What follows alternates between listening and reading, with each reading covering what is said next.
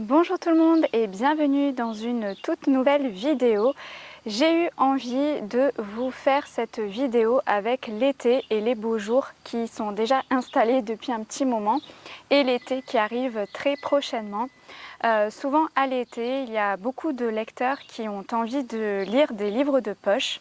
Donc je me suis dit pourquoi pas vous faire une petite sélection de livres de poche que moi j'ai lus et que je vous recommande pour l'été pour diverses raisons, soit parce que la thématique fait très estivale, soit parce que c'est des livres qu'il est agréable de lire en cette saison. Et donc c'est parti, je ne traîne pas plus longtemps et je vous présente tout de suite les différents poches que j'ai sélectionnés. Je les ai plus ou moins classés par genre, donc je vais commencer par le thriller polar. Le premier que je vous recommande, c'est Mort sur le Nil de Agatha Christie.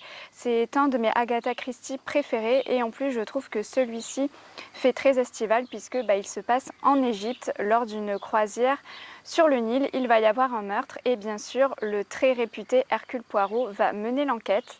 Donc voilà, moi j'ai adoré cette Agatha Christie du début à la fin. Je l'avais trouvé très prenant jusqu'à la révélation finale auquel je ne m'étais pas attendue. Donc voilà, c'est un d'Agatha Christie que je vous recommande le plus.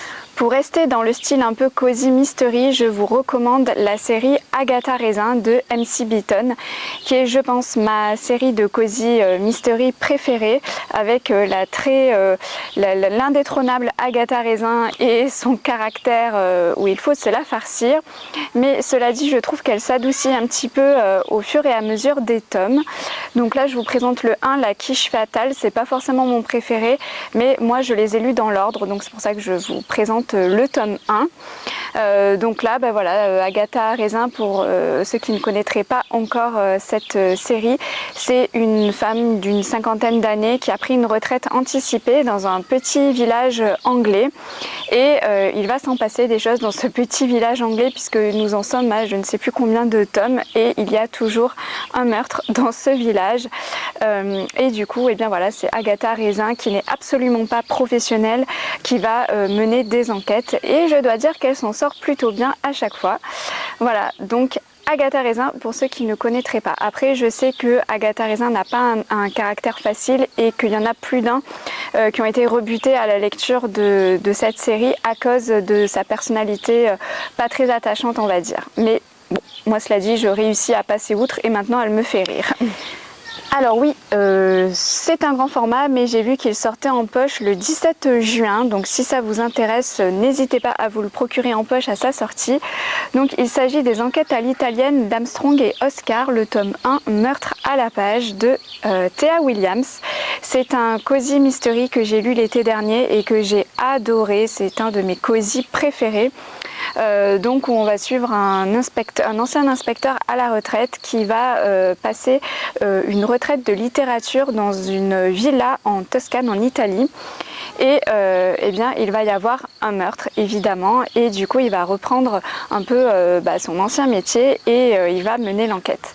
Voilà, moi j'avais adoré que ce soit le personnage de l'inspecteur qui est très attachant, les paysages de Toscane magnifiques, on avait l'impression d'y être et ce petit huis clos dans cette villa toscane ainsi que les environs.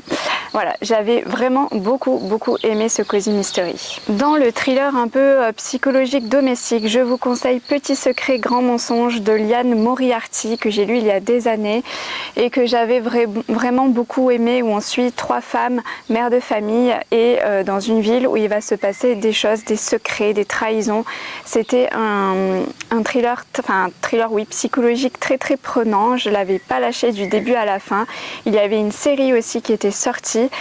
C'est une histoire vraiment que j'avais vraiment beaucoup aimé et d'ailleurs je n'ai pas trop relu du Liane Moriarty, mais il faudrait parce qu'en fait j'avais adoré celui-ci.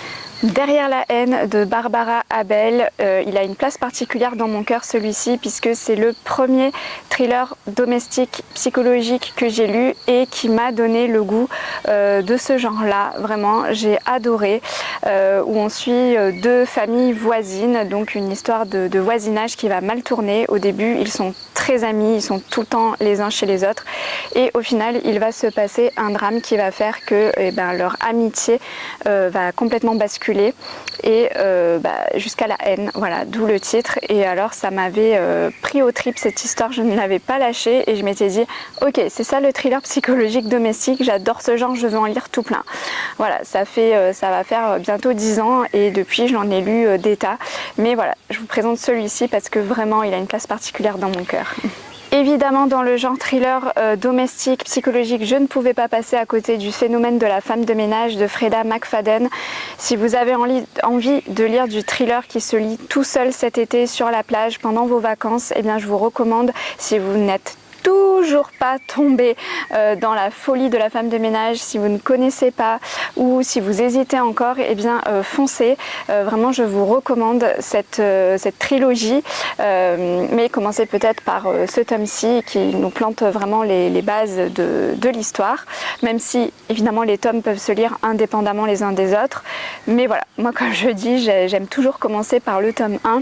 Donc voilà, en faisant des recommandations pour l'été, je ne peux pas m'empêcher de vous conseiller celui-ci qui est vraiment excellent dans le genre selon moi.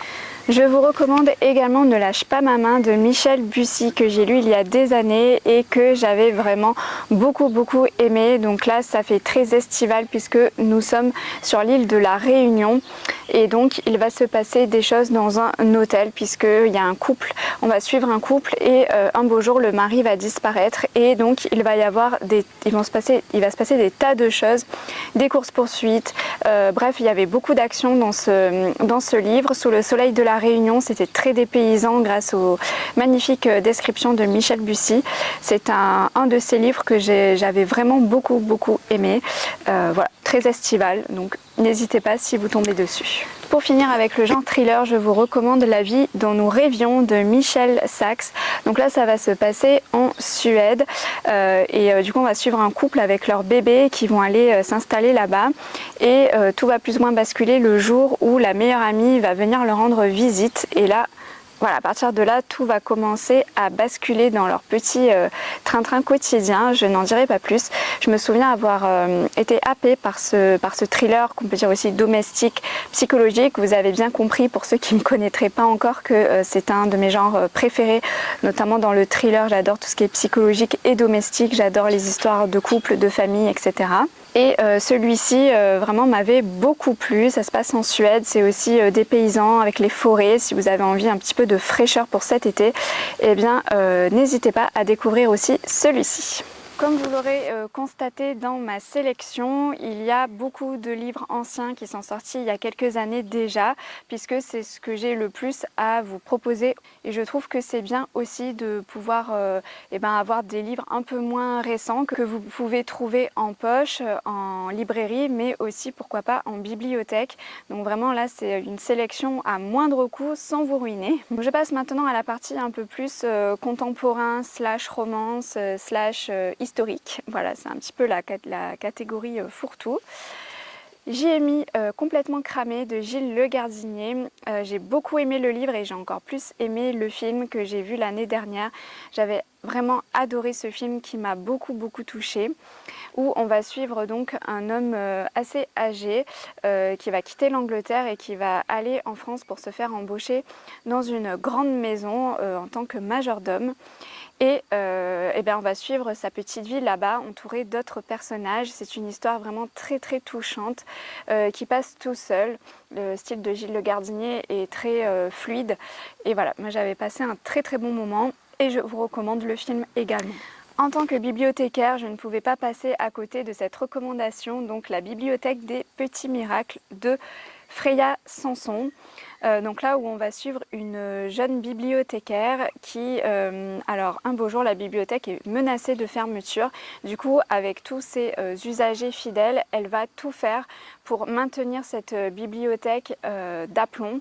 Et elle va être vraiment soutenue par les usagers qui ne veulent en aucun cas la fermeture de la bibliothèque.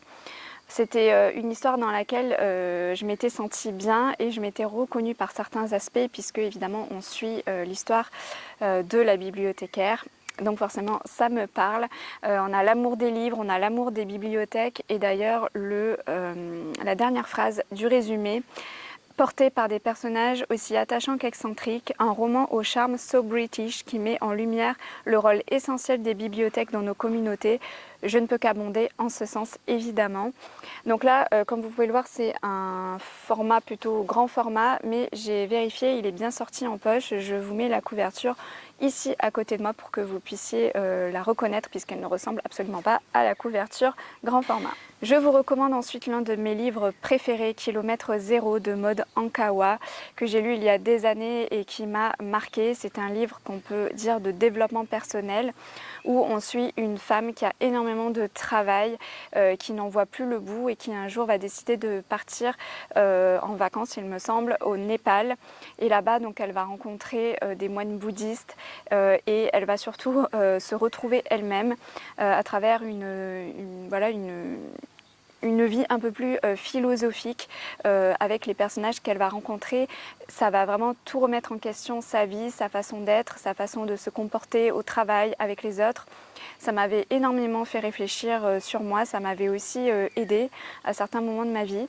Vraiment ce livre, j'ai trop envie de le relire parce que voilà, ça m'a vraiment fait du bien au moment où je l'ai lu. Un petit feel good, rendez-vous au Cupcake Café de Jenny Colgan. Donc de façon générale, je vous recommande Jenny Colgan qui est un petit peu une autrice de feel good assez renommée. On n'a plus forcément besoin de la présenter quand on aime ce genre.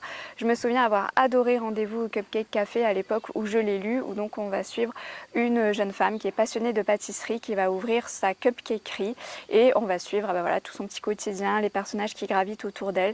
C'est le genre de roman qui fait du bien et qu'on aime bien lire en été, pourquoi pas. d'Agnès Martin-Lugan, je vous recommande À la lumière du petit matin. C'est une de mes autrices préférées. Elle écrit toujours des histoires très fortes avec des personnages forts et attachants. Donc évidemment des héroïnes la plupart du temps, d'ailleurs dans tous ces romans, oui, ce sont des héroïnes. Et pourquoi j'ai choisi celui-ci? Parce que l'héroïne, donc Hortense, va partir en Provence se ressourcer. Donc Provence, qui dit Provence dit sud, dit le soleil, les cigales, voilà, tout ce qu'on aime en été. Du coup, voilà, je vous recommande celui-ci pour suivre l'histoire de Hortense qui va se retrouver là-bas en Provence et qui va aller vers le chemin de la guérison. Je ne vous en dis pas plus. On continue dans le sud avec La gloire de mon père de Marcel Pagnol, un classique donc j'avais adoré lire. C'est une ambiance moi que j'adore. J'ai grandi tous les étés en allant en vacances en Provence, donc c'est une région qui me tient particulièrement à cœur et du coup évidemment Marcel Pagnol ça me parle beaucoup. Donc voilà, ça fait très sud, ça fait très vacances, ça fait très estival, donc n'hésitez pas à découvrir La gloire de mon père de Marcel Pagnol, un grand classique. Celui-ci fait très estival également, Ma vie, mon ex et autres calamités de Marie Vareille. Donc là, on va suivre une jeune femme qui, du jour au lendemain, se fait larguer et elle décide de partir pour les Maldives. Donc vraiment, ça, on ne peut pas faire plus estival que ça. Et elle va poursuivre, elle va être curieuse en fait de poursuivre son ex et la nouvelle copine de son ex. Voilà, et donc il va lui arriver des tas de choses et je me souviens avoir passé un excellent moment avec cette romance contemporaine, un peu comédie romantique. C'était très drôle, je me souviens de passages humoristiques, j'avais bien envie de le relire celui-ci aussi.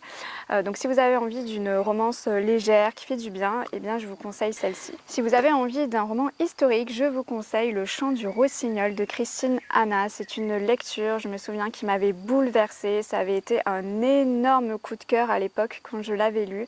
Donc ça va se passer pendant la Seconde Guerre mondiale et on va suivre le destin de deux sœurs.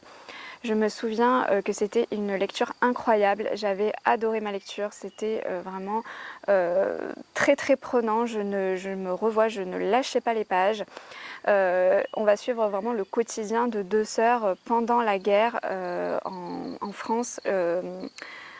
Dans un village de la Loire, voilà, avec les nazis qui débarquent dans le village et qui vont peu à peu semer la terreur.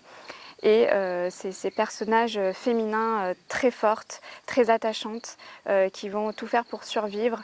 Voilà, vraiment j'avais adoré Le Chant du Rossignol, un magnifique roman historique sur la guerre. Je vous recommande également La Lionne de Catherine Scholl. Catherine Scholl, j'aime beaucoup parce qu'elle écrit le genre de livre que j'adore. Souvent c'est des histoires de famille, de couple et souvent c'est très dépaysant. Donc là notamment on part en Tanzanie, donc on va suivre une biologiste et qui va partir en mission en Tanzanie. Elle va partir à la recherche d'animaux, elle va notamment partir sur la trace des lions et tout ça. Et franchement, ça avait été une très très bonne lecture. J'avais vraiment beaucoup aimé, notamment le côté dépaysant évidemment de la Tanzanie, les étendues sauvages, voilà, tout ce qui est folklore local, etc. Moi j'adore lire aussi pour voyager. Et le job avait été fait avec ce livre que je vous conseille également. Je triche un peu, je vous propose une duologie, Le Premier Jour et La Première Nuit de Marc Lévy, qui pour moi compte pour un seul, puisque La Première Nuit est la suite directe du Premier Jour, où là on va suivre un astrophysicien et une archéologue. Et je me souviens mais avoir tellement adoré cette histoire que j'ai lue il y a plus de 10 ans maintenant, que j'ai très envie de relire également. Voilà, ça avait été une lecture absolument passionnante entre action, histoire, romance. Vraiment, c'était absolument passionnant comme lecture, avec des secrets cachés, un côté un peu dangereux, course-poursuite, où je me souviens que cet astrophysicien et cet archéologue vont vraiment se soutenir pour affronter, parce qu'apparemment ils ont fait des trouvailles extraordinaires qui peuvent changer le monde, et forcément ça ne plaît pas à tout le monde et ça peut faire peur. Du coup voilà, c'était une duologie vraiment passionnante et malheureusement je n'ai pas retrouvé ce côté-là dans les autres livres de Marc Lévy que j'ai pu lire par la suite, mais vraiment ces deux-là sont géniaux. Comme je vous le disais, ce que j'adore dans mes lectures c'est de partir en voyage, et là c'est le cas avec Au pays des eucalyptus de Elisabeth Arrand. Donc là j'ai le grand format, mais j'ai vérifié également, il est sorti en poche. Donc là c'est un roman historique en 1910 où on suit une jeune anglaise qui va tout quitter pour aller en Australie devenir préceptrice, et on va suivre vraiment les difficultés dont elle va devoir faire face, parce que une femme seule à cette époque qui va devenir préceptrice dans un pays qu'elle ne connaît pas, c'était très dur. Donc on va suivre un peu tous les obstacles qu'elle va avoir. Et encore une fois ce côté dépaysant que Elisabeth Arrand sait très bien mettre. J'ai lu 2-3 livres d'elle que j'ai adoré. Voilà, j'aime ce côté descriptif où vraiment on s'y croirait. Voilà, donc si vous avez envie de dépaysement pour cet été, eh bien je vous conseille ce livre-là. Et évidemment, je vous conseille Un air d'éternité de Clarisse Sabar. Je ne pouvais pas faire ce top de poche sans mettre l'une de mes autrices chouchou, Clarisse Sabar. Donc là, je vous propose Un air d'éternité puisque c'est celui qui m'a fait le plus penser à la période estivale, puisque justement l'histoire se passe en été et nous avons donc une alternance d'époque entre le présent et le passé. Donc là, nous allons remonter pendant la Seconde Guerre mondiale et j'avais vraiment adoré cette histoire. Ça avait été un gros coup de cœur aussi. Donc avec une jeune femme dans le présent qui va essayer d'en savoir plus sur le passé de ses ancêtres, notamment de sa grand-mère pendant la guerre. Voilà, encore une fois une histoire très passionnante que j'ai adoré, et je vous conseille de manière générale les livres de Clarisse Sabar. Et voilà, cette vidéo est à présent terminée, j'espère qu'elle vous aura plu. N'hésitez pas à me dire si ce genre de top vous plaît, je pourrais en refaire d'autres sur d'autres sujets, ça me ferait très plaisir en tout cas, donc n'hésitez pas à me dire si vous avez des idées dans les commentaires. N'hésitez pas à me dire si vous avez déjà lu l'un de ces livres que je vous ai présenté, ou alors si je vous ai donné envie de les mettre dans votre valise pour cet été. N'hésitez pas à me dire tout ça, je vous répondrai avec grand plaisir. Mettez un petit like si la vidéo vous a plu et à vous abonner si le contenu également vous a plu. Et en attendant de vous retrouver pour une prochaine vidéo, je vous souhaite d'excellentes lectures et je vous dis à très bientôt.